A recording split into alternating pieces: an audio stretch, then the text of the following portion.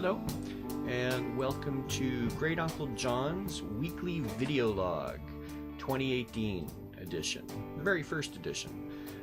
And this is the very first episode for Sunday, January the 7th. We have a week of 2018 under our belts at this point.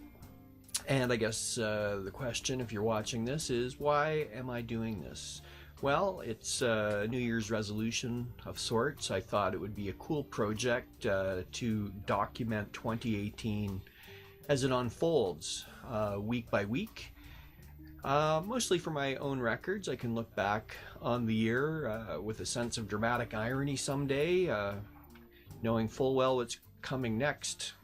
But of course, real-time John doesn't have a clue, so it might be fun in a few years to look back on this.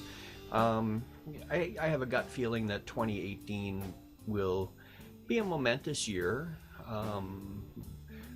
for good or bad, perhaps for bad, hopefully for good. I always am hopeful. I try to remain positive, and I'm going to try to keep these short to 4 or 5 minutes and cover whatever interests me over the past week.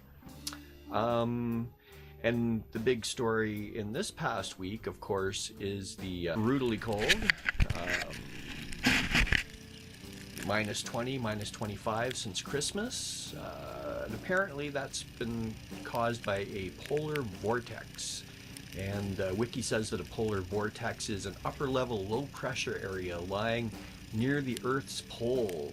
There are 2 polar vortices in the Earth's atmosphere which lie over the North and South Pole.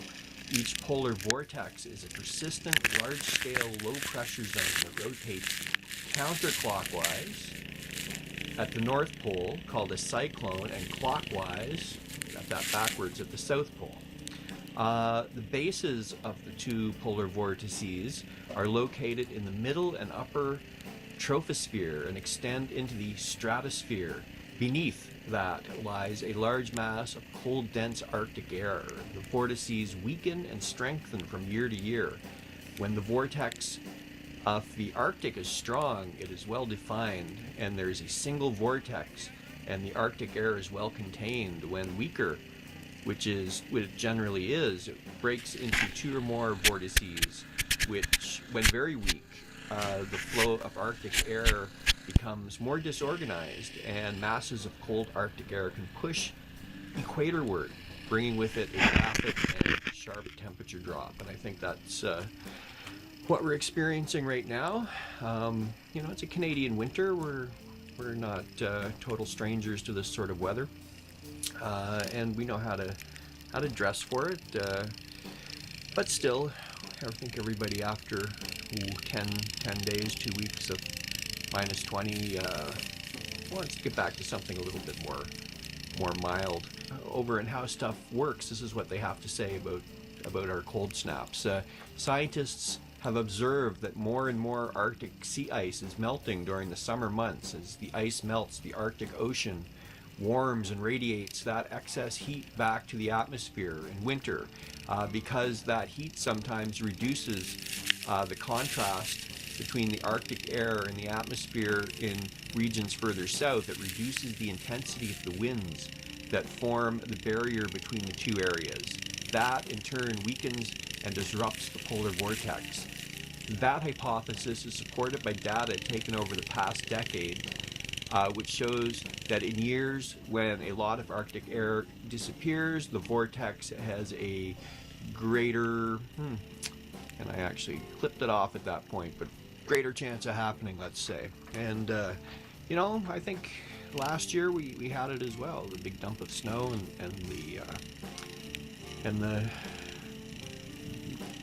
bitter air that freezes your face. But you know what? It's what makes us Canadian, and thank God for snowblowers. That's all I can say.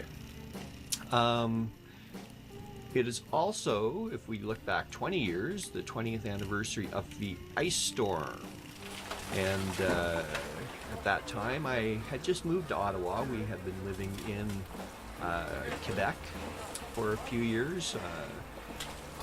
Myself and my 2 children and my wife at the time, and we were living in Quebec. is down by the River, sort of towards Centertown. And the ice storm is memorable to many people all over Eastern North America. If I remember correctly, there was a lot of rain and polar vortexes, and the result was down power lines, down trees all over the continent, or our part of the continent at any rate, and power outages. People were without power for days and weeks, and well into February, I think, in some cases, especially in rural areas. And it was a significant natural disaster that many people remember. And yeah, I was digging through the archives the other day, and I found some of this old footage, which it's nice. I'm glad we have this to look back on. Over the coming weeks, I guess what I'm going to be doing is covering whatever it is that I've found interesting, biggest stories of the week, and this time around, I think it's over the past week, it's the beginning of the $15 an hour minimum wage, and this is a long time coming. There's 1.7 million workers who will benefit from this, and it's a hard-won victory for them, conceded to them by the Liberal government. And almost immediately, of course, corporations and businesses started complaining and trying to turn back the clock. And starting January 2018, Ontario's minimum wage will rise to $14 an hour. Every worker will have access to 10 days of job-protected emergency leave, including 2 paid days, and equal pay for equal work for full-time, part-time, casual, and temporary agency workers. And then, two paid days off a year. That's not much of a concession. If you have a few weeks vacation in your job, you're doing a lot better than many people. It's going to be easier for many to join unions, especially cleaners and security guards, home care workers. And then, of course, in January 2019, it will go up to $15 an hour.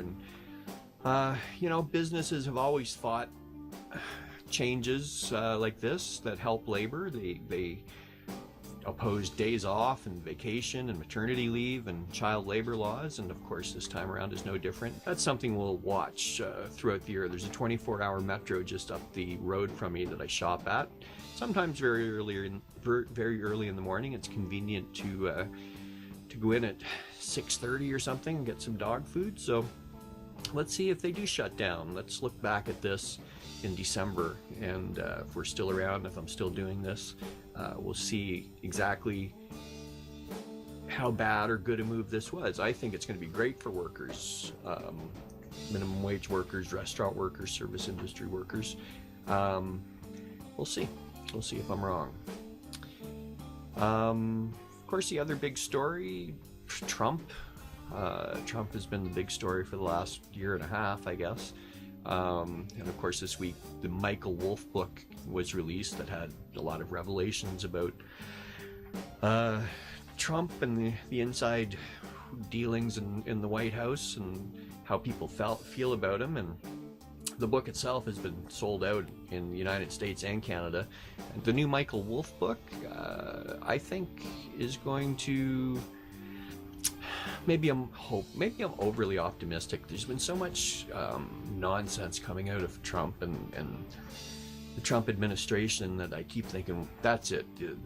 This episode that's happened will be the straw that breaks the camel's back, and the American people won't take any more than this. And oh my goodness, that's so shocking. I can't believe that he got away with that. And revelation after revelation, and then something like this. Is Trump going to finish 2018? That's a question that we'll look back on in December as well. My prediction now, no. No, I shouldn't say that.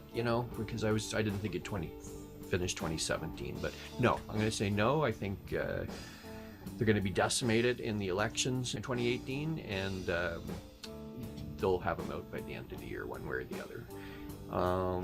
That's my prediction now. So. Anyway, I'm going to wrap it up for now. I'm well past my 4 minutes. I hope you join me next week. I'm going to do this every week. Looking forward to this. This should be fun. So see you next week. Thank you.